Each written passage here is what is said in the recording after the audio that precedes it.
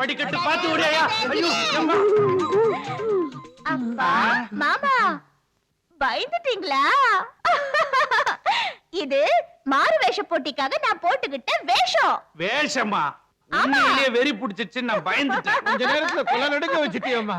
வேஷ பொருத்தம் ரொம்ப பிரமாதம். அப்படியா? அப்ப ஃபர்ஸ்ட் பிரைஸ் எனக்கு தான். Tata bye by. அத்தரவேலு, இது உன் பொண்ணா இருக்கிறதுனாலதான் என் பைத்தியக்கார வேஷம் இவ்வளவு நல்லா பொருந்து இருக்குது. இந்திரா 2 காப்பி கொண்டாமா, சூடா. அப்பா